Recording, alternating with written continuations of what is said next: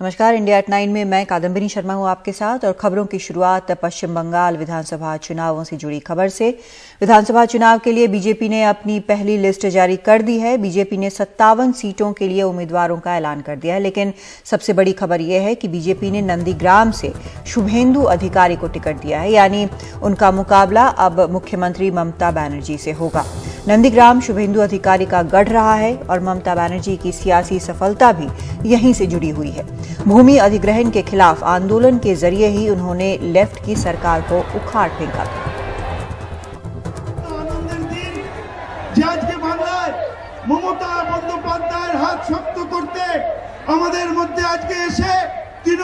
हम देख लेते हैं वो बयान जो टिकटों का ऐलान करते हुए बीजेपी के प्रेस ब्रीफिंग में कहा गया था। वो वहां से नंदीग्राम से चुनाव लड़ेंगी, पार्टी ने उनको प्रत्याशी बनाया है।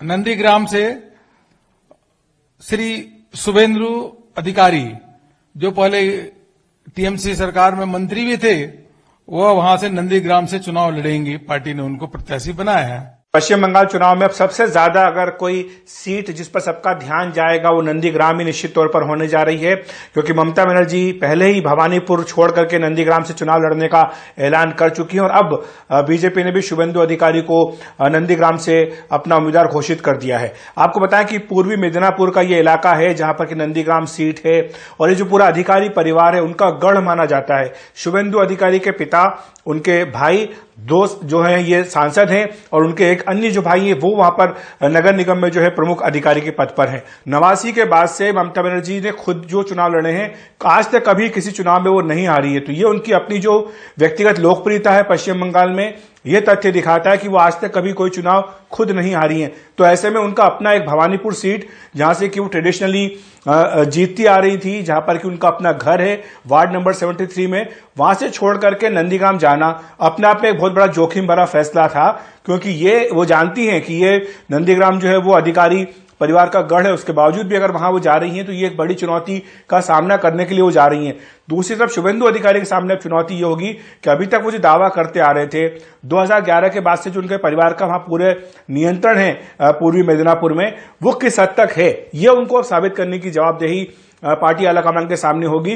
अगर मान लीजिए ये उलटफेर हो जाए कि शुभेंदु अधिकारी ममता बनर्जी को हरा दें और अगर ये हो जाए कि बीजेपी टीएमसी को पश्चिम बंगाल में हरा दे, तो फिर वैसी सूरत में शुभेंदु अधिकारी जाहिर सी बात है कि मुख्यमंत्री पद के लिए स्वाभाविक रूप से दावेदार बन सकते हैं। मुझे लगता है ये भी एक गणित शुभेंदु अधिकारी का रहा होगा ये फैसला स्वीकार करने में। और पश्चिम बंगाल के बाद अब बात असम के विधानसभा चुनावों की। जेल में बंद आरटीआई कार्यकर्ता अखिल गोगोई असम की शिवसागर सीट से विधानसभा चुनाव लड़ेंगे। अखिल गोगोई को हाल ही में बने राइजोर दल ने उम्मीदवार बनाया है। दिसंबर 2019 में नागरिकता संशोधन कानून के खिलाफ प्रदर्शन के दौरान गिरफ्तारी नहीं किया गया था, तब से वो न्यायिक हिरासत में ही है। और इस पर और जानकारी दे रहे हैं हमारे सहयोगी रत्नदीप चौधरी। असम के एनटीसीए एक्टिविस्ट और कृषक नेता अखिल गोगोई, जो कि पिछले 1 साल से भी ज़्यादा समय जेल के अंदर है क्योंकि उनको हिरासत में रखा गया है। एक एनआईए केस में उनके विरुद्ध सेडिशन के चार्जेस है और सुप्रीम कोर्ट ने भी उनका जो पहला याचिका थी बेल पिटीशन का, उसको नाकच कर दिया था। मगर अब सबसे बड़ी ये खबर है कि अखिल गोगोई इस बार असम में जो चुनाव होने वाले हैं उसमें वो शिवसागर के जो सीट है वहाँ से वो लड़ने के लिए तैयार हैं। वो वहाँ से लड़ेंगे और उनको जो पार्टी टिकट दिया गया है, उनके जो सपोर्टर्स हैं और उनके जो वेल विशर्स हैं, काफ़ी सारे जो संगठन हैं उनके साथ जो काम करते हैं, उन्होंने एक नया पॉलिटिकल पार्टी का फॉर्मेशन किया है, राइजोर दल, जिसका मतलब है लोगों की पार्टी, पीपल्स पार्टी। और राइजोर दल ने और एक पार्टी जो कि एनटीसीए मूवमेंट से उभर के आया है, असम जातीय परिषद, जिसकी अगुवाई कर रहे हैं, जो पहले ऑल असम स्टूडेंट्स यूनियन के यहाँ पे सबसे बड़े नेता हुआ करते थे, उनके जनरल सेक्रेटरी हुआ करते थे लुरिन ज्योति गोगोई। और ये दो पार्टी जो एनटीसीए अलायंस उन्होंने फॉर्म किया है, थ्री कॉर्नर फाइट क्रिएट कर दिया है असम पोल को। और अब ये जो उनकी फाइट है, उनकी जो लड़ाई है और भी दिलचस्प हो चुकी है, क्योंकि अखिल गोगोई लड़ने वाले हैं शिवसागर से।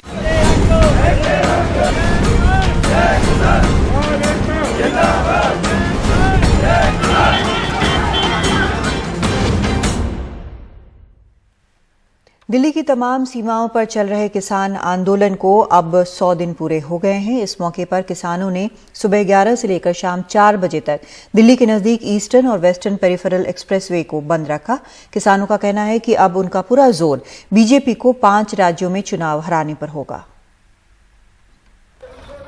शनिवार सुबह के 11 बजते ही किसान तय कार्यक्रम के मुताबिक कोंडली के नजदीक ईस्टर्न पेरिफेरल एक्सप्रेसवे पर चढ़े और अपने ट्रैक्टरों को ठीक एक्सप्रेसवे के बीच खड़ा कर सड़क को बंद कर दिया। बाकायदा गाड़ी पर स्टेज बनाया गया, बिजली के खंभों पर लाउडस्पीकर लगाए गए और पूरे 5 घंटे किसान एक्सप्रेसवे पर बैठकर शांति के साथ किसान नेताओं को सुनते रहे। बीच में एम्बुलेंस आई तो झटपट उसके निकलने के लिए रास्ता बनाया गया। आज के कार्यक्रम में भी हर कार्यक्रम की तरह महिला किसानों की अहम भागीदारी रही। 60 साल की कुलबीर कौर पूरे 5 घंटे पेरिफेरल एक्सप्रेसवे पर धरने पर बैठी रही। उनका कहना है कि सरकार नहीं मानेगी तो किसान दिल्ली के तमाम बॉर्डरों पर पक्के घर बनाकर रहने लगेंगे, पर वापस नहीं जाएंगे। ਅਸੀਂ ਇਹੋ ਜਾਣਦੇ ਆ ਵੀ ਸਾਡੇ ਕਾਲੇ ਕਾਨੂੰਨ ਜਿਹੜੇ ਆ ਉਹ ਰੱਦ ਕਰ ਦੇਣ ਤਾਂ ਅਸੀਂ ਘਰਾਂ ਨੂੰ ਜਾਈਏ, ਇੱਥੇ ਹੀ ਰਵਾਂਗੇ, ਪੱਕੇ ਕੋਠੇ ਪਾਵਾਂਗੇ, ਇੱਥੇ ਹੀ ਰਵਾਂਗੇ। पक्के घर बना देंगे? ਪੱਕੇ ਬਣਾਵਾਂਗੇ, ਲੈਂਟਰ ਪਾਵਾਂਗੇ, ਚੌਂਕੇ ਚੁੱਲ੍ਹੇ ਬਣਾਵਾਂਗੇ। अच्छा, हाँ, ਇੱਥੇ ਹੀ ਦੁੱਧ ਰਿੜਕਾਂਗੇ, ਮੱਝਾਂ ਰੱਖਾਂਗੇ। तो ये माता जी कह रही हैं कि यहाँ से नहीं जाएंगी, पक्के चूल्हे बनाएंगे, पक्के घर बनाएंगे। उधर गाजियाबाद के नजदीक ईस्टर्न पेरिफेरल पर पुलिस काफी मुस्तैद रही, लेकिन चक्का जाम के दौरान किसानों की तादाद कम दिखी। ग्रेटर नोएडा के सिरसा पर ही मुट्ठी भर किसान ईस्टर्न पेरिफेरल को बंद करवाने के दौरान दिखे। खुद राकेश टिकैत मुजफ्फरनगर में ट्रैक्टर रैली में व्यस्त रहे और यहाँ नहीं पहुंचे। हमें ये भी सुबह बताया गया था कि राकेश टिकैत खुद यहाँ पर आकर चक्का जाम का नेतृत्व करेंगे, तो यहाँ पर वो तादाद किसानों की हमें नहीं दिखी। यानी छुटपुट तरीके से जो है वो किसानों ने चक्का जाम करने की कोशिश की अपने अपने क्षमता के मुताबिक। किसानों का कहना है कि अब उनका अगला पड़ाव 5 चुनावी राज्यों में होगा, जहां वो पूरा जोर बीजेपी को हराने में लगाएंगे। अगर बीजेपी सुनेगी नहीं, इतनी गंदी पार्टी को कैसे हम चाहेंगे दोबारा फिर राज के लिए लोगों में आए। एक पोलिटिसाइज उनके लिए हो गया। हम सिर्फ बीजेपी का विरोध करने जा रहे हैं, हम किसी पार्टी की सपोर्ट के लिए नहीं जा रहे। हम कह रहे हैं कि सिर्फ बीजेपी को वोट मत डालो और किसी भी पार्टी को जिसको आप ठीक समझते हो वोट। उधर कृषि मंत्री नरेंद्र सिंह तोमर सरकार का रुख दोहरा रहे हैं, कहते हैं कि इस आंदोलन से किसी का भला नहीं होने वाला। आज जो आंदोलन चल रहा है वह आंदोलन किस तरह से किसान का भला कर सकता है, इस बात पर कोई बात करने को तैयार नहीं है। 100 दिन पूरे हुए हैं और इसको लेकर के किसान ये आंदोलन कर रहे हैं कि एमपी बंद किया है सांकेतिक तौर पर, आगे और भी कॉल दिए जाएंगे, लेकिन किसानों का कहना है 5 राज्यों में जाएंगे और वहां पर जाकर के बीजेपी का विरोध करेंगे। वो लोगों से किसी को वोट देने के लिए नहीं कहेंगे, वो कहेंगे कि आप जाइए वोट करिए, किसी को भी वोट करिए, किसी पार्टी को भी वोट करिए, पर बीजेपी को वोट मत करिए।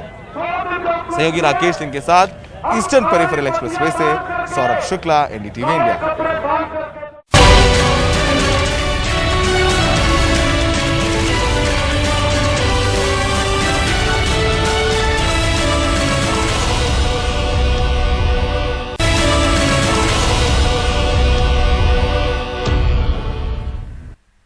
कोरोना का वैक्सीन लगातार लोगों को दिया जा रहा है जो उस कैटेगरी में आते हैं, और मुंबई में पार्वती खेड़कर नाम की महिला ने अपने 100वें जन्मदिन पर कोरोना वायरस का टीका लगवाया। टीका लगवाने के बाद टीकाकरण केंद्र के अधिकारियों ने केक काटकर उनका जन्मदिन भी मनाया। पार्वती खेड़कर का जन्म 5 मार्च 1921 को हुआ था।